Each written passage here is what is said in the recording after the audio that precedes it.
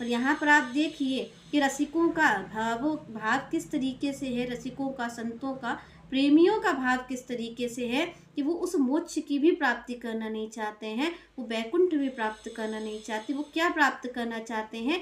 केवल केवल श्री कृष्ण का सानिध्य। उन्हें कहा भाई मुझे भगवान की प्राप्ति चाहिए, अब हमें कुछ और नहीं चाहिए, क्योंकि आप मोक्ष को भी प्राप्त कर रहे हो तो आप अपनी मुक्ति को चाह रहे हो। तो यहाँ पर मुक्ति हमें मिल जाए, ऐसा उद्देश्य भगवान कह रहे हैं कि भाई आप उस ऊंचे स्थान तक तो नहीं पहुंच सकते जहाँ पर आप निष्काम हो जाओ, जहाँ पर आपको भगवान की प्राप्ति की इच्छा हो जाए, पर आप और हम संसारिक हैं, कुछ तो हमें चाहिए ही है। तो यहाँ पर भगवान ने कहा कि भाई फिर कर्म फल की इच्छा ना हो, इच्छा केवल केवल अपनी मुक्ति की हो। मुक्ति की भी इच्छा तब होगी, मुक्त भी आप तब होगे, मोक्ष की भी प्राप्ति आपको तब होगी जब आप इस लेन देन से मुक्त होगे। जब तक आप कुछ चाह रहे हो, जब तक आपको कुछ मिल रहा है, तब तक आपको कुछ देना पड़ेगा, और जब तक ये लेन देन चल रहा है तब तक कोई भी मुक्त नहीं हो सकता है।